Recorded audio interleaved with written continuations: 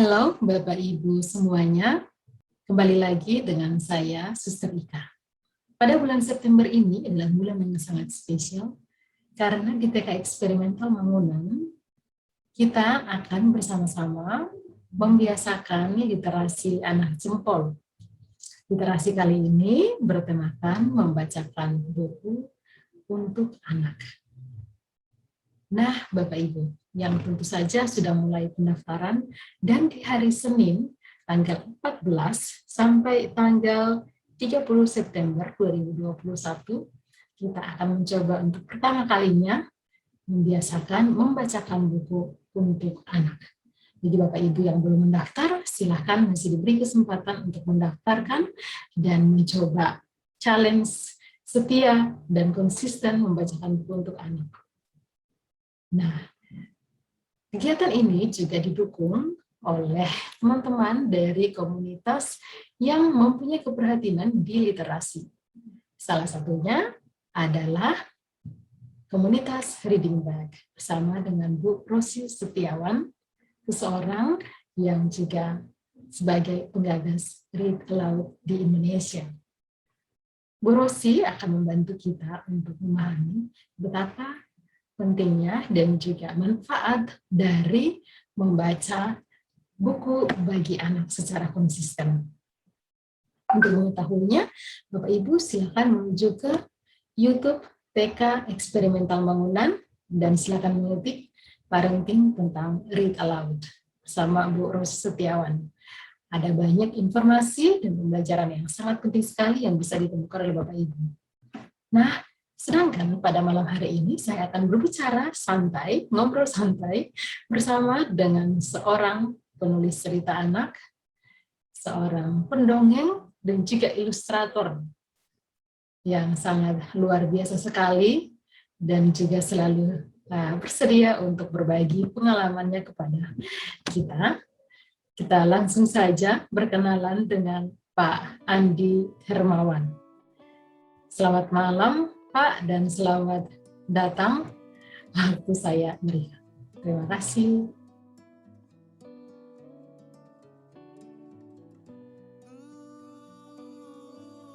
Terima kasih, Suster, buat kesempatannya.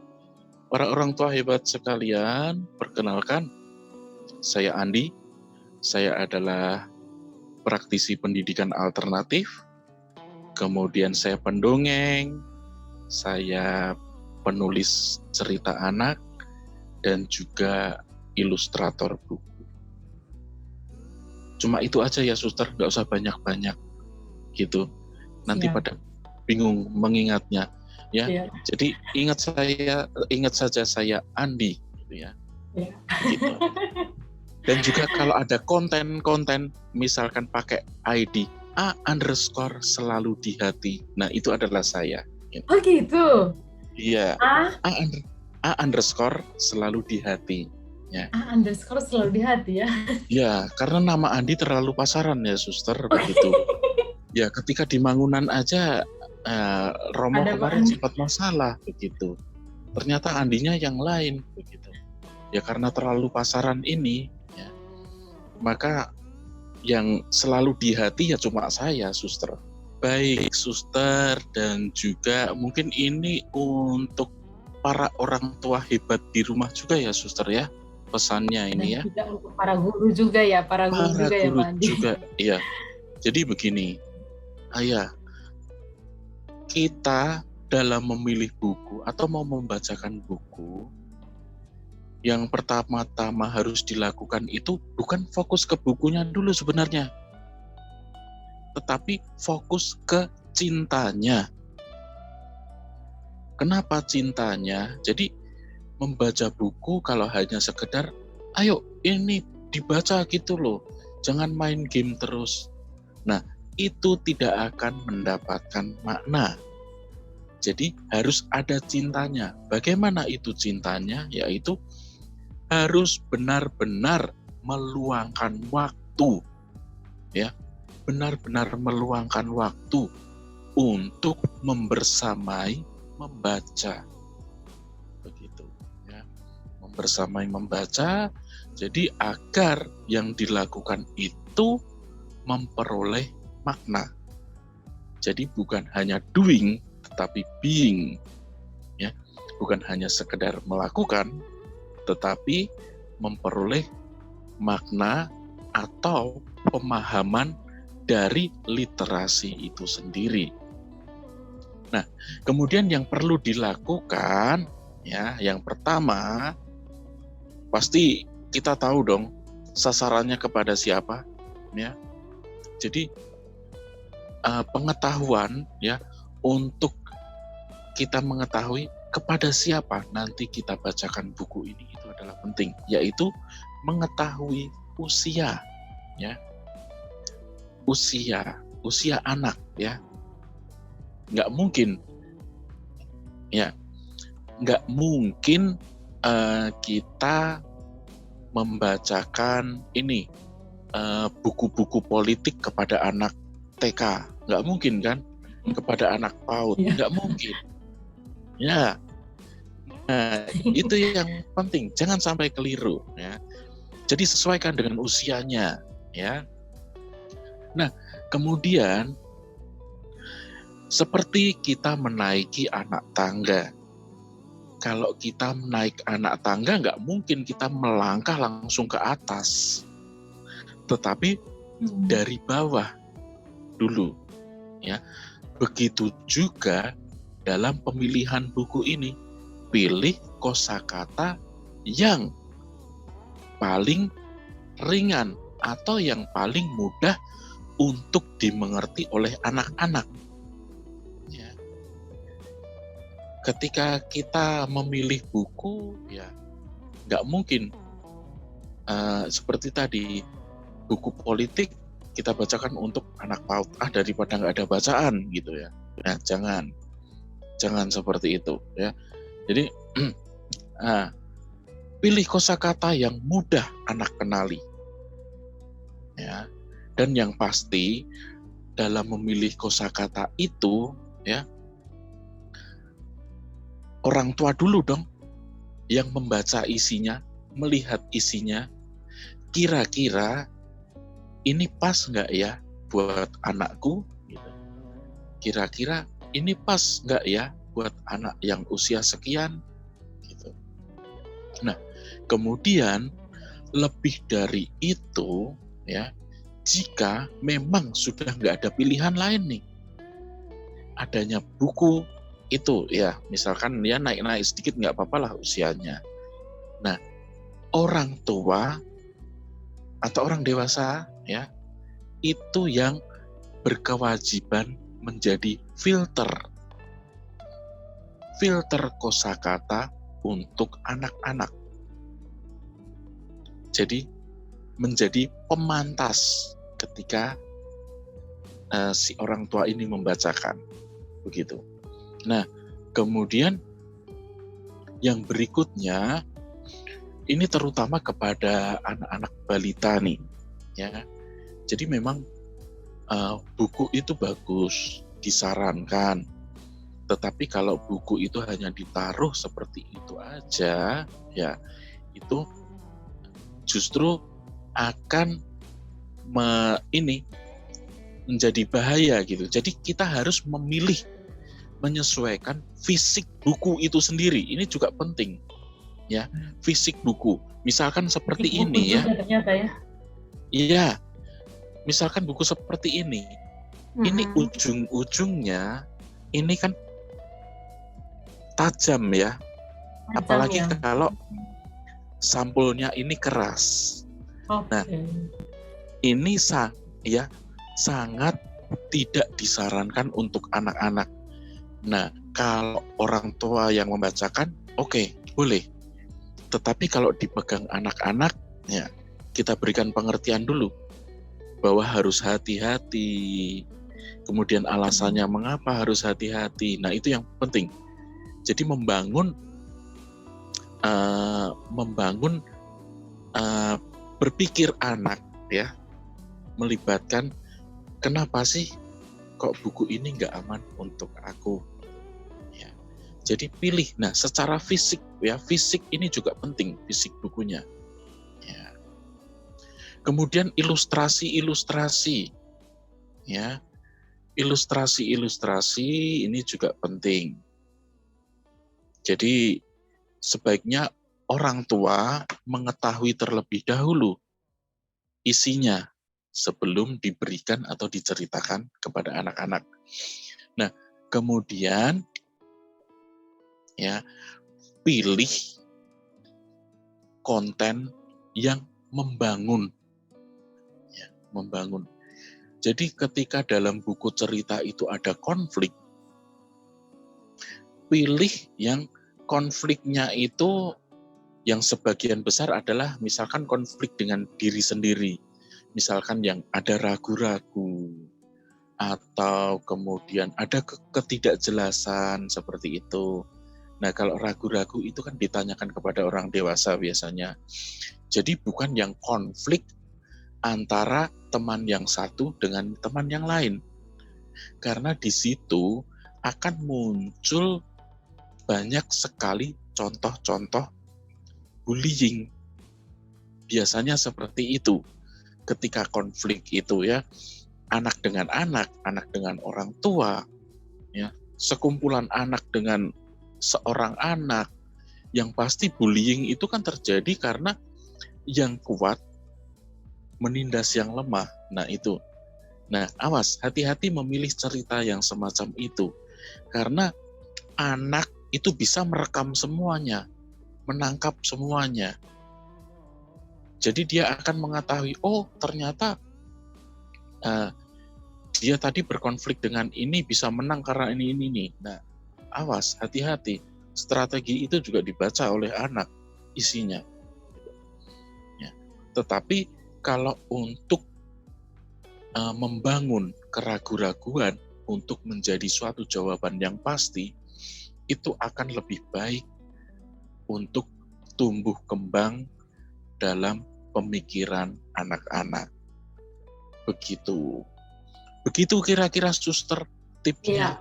Ya. Pak Andi, Jadi, ini menarik sekali. Aku punya pertanyaan Pak Andi. Ini kebetulan mungkin nanti perlu diklarifikasi Pak Andi kalau misalnya ini. Jadi kami itu pernah menyampaikan ya, anak memilih buku, ya kan? Padahal kalau dari apa yang disampaikan Pak Andi tadi, aku ngerasa bahwa anak-anak itu belum paham bagaimana sih milih buku gitu. Nah, jadi padahal aku berpikir bahwa sisi kebebasannya anak adalah dia memilih buku yang dia suka nih. Itu gimana Pak Andi nih untuk seperti itu? Apakah dalam hal ini sebaiknya anak-anak untuk usia 4 sampai 6 tahun gitu, itu masih orang tua yang memilihkan buku, atau memang buku yang sudah ada di situ adalah buku-buku yang sudah terkondisikan sesuai dengan secara fisik untuk anak itu? Gimana menurut Andi itu? Iya, oke, baik suster. Ya. Nah, sebenarnya ya, biarkan itu tadi, karena ini konteksnya ketika saya memberikan tips kepada orang dewasa. Tetapi sebenarnya pada hakikatnya memilih itu adalah kemerdekaan ya, kemerdekaan untuk anak, kebebasan untuk anak. Yang perlu dilakukan orang dewasa itu adalah orang dewasa memberikan pengawasan, memperhatikan, ya. Kemudian melihat lagi kira-kira yang dipilih oleh anak ini pas nggak ya, tepat nggak ya. Nah dari situlah peran kita sebagai orang dewasa itu diperlukan. Jadi membangun diskusinya, berliterasi dari situ. Kira-kira kenapa sih kamu milih buku ini? Ya, dari situ kan kita tahu jawabannya, apa alasannya, mengapa memilih ini. Ya, terus kemudian kita bisa kembangkan lagi. Kira-kira dari sini apa yang bisa kamu tangkap? Misalkan dia belum bisa membaca, katakanlah. Secara visual dengan ilustrasi dia akan bisa menangkap. Nah, maka dari situ yang diperlukan kita sebagai orang dewasa adalah mengajak, berdiskusi, berdialog. Ya. Itu tadi adalah bagaimana cara kita membangun atau melibatkan dalam rangka tumbuh kembang cara berpikir anak itu, ya. Jadi ketika memilih, ya bukan dibiarkan, ya sudah kamu pilih seperti itu. Tetapi mereka kan masih butuh, ya, bimbingan orang tua, masih butuh pengarahan dari orang tua. Nah, semacam itu. Begitu, Suster. Wah, semakin jelas sekali ya Pak Andi, terima kasih. Boleh bertanya lagi? Oh, silahkan, Suster. Sampai besok pagi juga nggak apa-apa. Pak Andi, lalu ini yang kurasa juga baik orang tua maupun guru atau sekolah juga mungkin memilih buku yang tadi ada konflik ya. Kadang nggak sadar ya Pak Andi. Dan juga aku ngerasa tadi ketika Pak Andi menjelaskan tentang buku yang ada sisi keraguannya atau ada sisi sesuatu yang sebenarnya gimana ya, membuat ada semacam konflik tapi konflik yang perlu dicari tahu itu solusinya mana. Sedangkan ada buku yang memang isinya itu terkait dengan ya misalnya pertengkaran, kemudian berbaikan ya, meskipun ujung-ujungnya mau ada nilai di belakangnya ada nilai, misalnya mengampuni atau nilai apa, tapi jalan cerita itu memang ada konflik. Nah, buku-buku yang seperti itu untuk anak-anak usia ini sebaiknya yang gimana ya Pak? Maksudnya sebaiknya dianjurkan untuk tidak, atau ada usia tertentu, atau ada treatment khusus untuk itu. Aku minta di... Ya, Suster. Jadi memang seperti tadi ya, ketika kita ini tadi yang saya sampaikan itu tadi bahwa kosakata ya, pemilihan buku itu kosakatanya sesuaikan dengan usia. Nah, itu yang pertama. Kemudian isinya ya.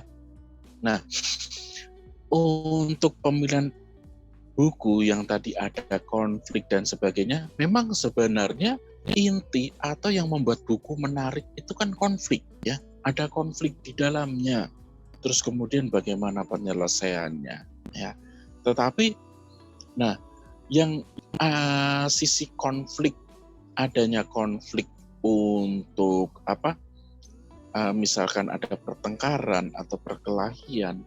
Nah, itu sebaiknya diberikan ketika anak memang sudah paham benar mengenai makna atau kata per kata atau kosakata yang dari apa yang dia baca itu.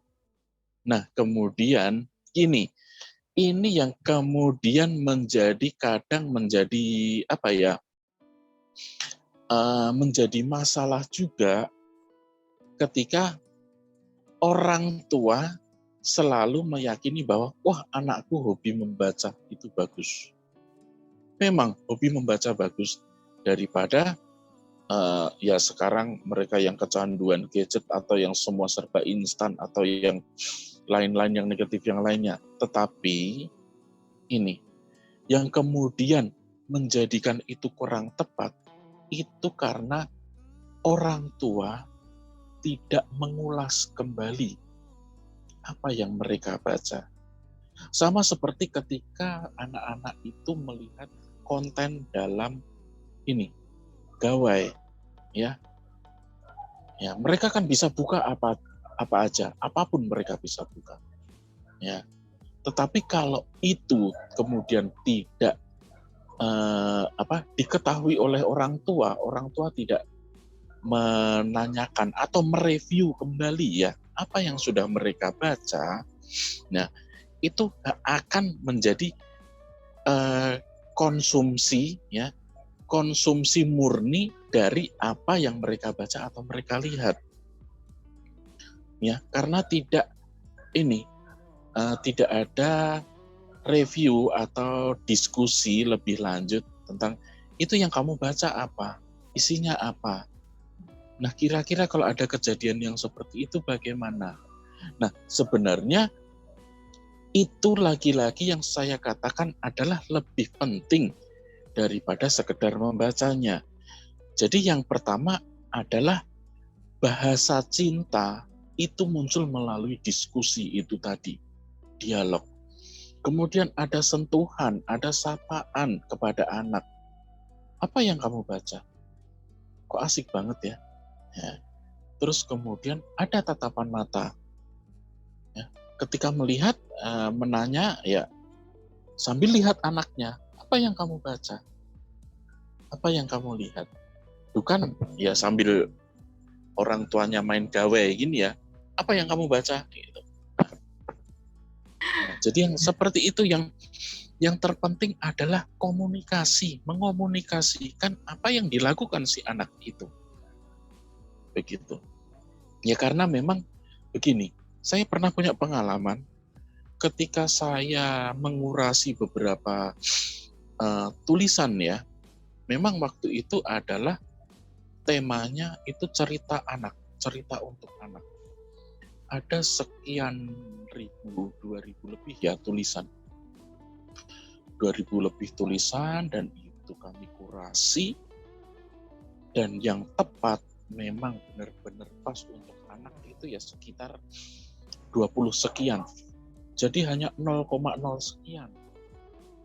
Nah, itu karena ya karena memang yang lain itu adalah faktor kosakatanya nggak pas, nggak tepat. Terus kemudian konflik yang muncul itu adalah seperti itu, ya. Karena ketika ada konflik baru itu akan menjadi konsumsi ya, konsumsi pengetahuan konflik yang baru. Walaupun sebenarnya ketika kemudian orang tua itu mengikuti, ya, dalam artian mengikuti itu kemudian membuka diskusi dengan anak, itu akan bisa meminimalisir konsumsi dari konten yang berpotensi negatif itu tadi. Itu yang paling penting, suster. Jadi lagi-lagi bukan hanya sekedar menyuruh. Ya. Dulu ada ya dicanangkan di sekolah-sekolah itu 15 menit berliterasi. Tetapi mereka hanya berhenti pada membaca. Dan gurunya hanya chatting ya dengan yang lain begitu. Nah, jadinya nilai dari literasi itu tidak sampai. Nah, itu yang sangat disayangkan bahwa pesan literasi ini tidak sampai kepada siswa-siswi atau generasi muda kita. Begitu, suster. Wah, kelihatannya semakin bingung ya, suster ya, dengan apa yang saya sampaikan. Dan menjadi semakin jelas ya. Aku senang sekali bisa dapatkan sesuatu yang luar biasa sekali ya. Ini apa namanya? Ternyata buku itu kayak sebagai sarana untuk menuju sesuatu yang lebih besar lagi ya Pak ya. Iya. Bukan bukunya yang menjadi fokus lagi, tetapi ada relasi di situ ya Pak. Relasi yang kemudian jika relasi itu terbentuk maka dengan sendirinya dapat yang kita inginkan ketika perkembangan anak itu ya dalam berpikir. Wah, ini aku senang sekali. Pak Andi? Nah, sebenarnya konten sebenarnya konten itu pun juga sama ya, antara sekarang gawai dengan buku atau siaran televisi itu sama sebenarnya. Karena buku pun itu juga ada yang sering kita mendengarkan, ada buku-buku porno misalkan seperti itu. Nah sebenarnya bukan salah bukunya, bukan salah gawainya, bukan salah televisinya, tetapi pemilihan konten dan juga pengawasan orang tua itu penting ya. Jadi meskipun ya 10 menit, 15 menit, luangkanlah waktu, benar-benar meluangkan waktu untuk membersamai. Ya. Kalau 15 menit aja sudah nggak punya waktu, ya mohon maaf, jangan berharap anak ini akan bertumbuh dengan baik gitu. Yang jelas begini, ketika kita membutuhkan bacaan-bacaan yang menarik, ya, ketika kita ini mau menghadirkan tulisan-tulisan bermutu, itu tidak harus membeli dengan mahal, kemudian atau kita berbelanja di toko. Ya. Para orang tua bisa menulis sendiri, kemudian dibacakan kepada anak-anak. Atau anak-anak diminta untuk, kalau mereka nggak bisa baca, minta anak-anak untuk menggambar juga, kemudian minta juga si anak-anak tersebut bercerita. Apa sih cerita dari gambarmu? Nah, itu akan lebih menarik begitu. Yang jelas kalau memang sedang berada di toko buku, ya pasti anak-anak menyukai yang banyak-banyak ini, banyak ilustrasinya, kemudian bukunya berwarna, tulisannya besar-besar. Nah, itu dengan buku-buku yang seperti itu. Terima kasih banyak Pak Andi sudah menyediakan waktu malam ini. Berbagi tips atau berbagi cara untuk memilih buku. Semoga apa yang disampaikan oleh Pak Andi ini membantu para orang tua untuk bisa memilih buku untuk anak-anak, dan kita mulai dengan pembiasaan membacakan buku untuk anak. Sip. Terima kasih Pak Andi. Kembali kasih Suster, semoga bermanfaat dan pasti sangat bermanfaat. Terima kasih. Salam sehat untuk semua. Berkah dalam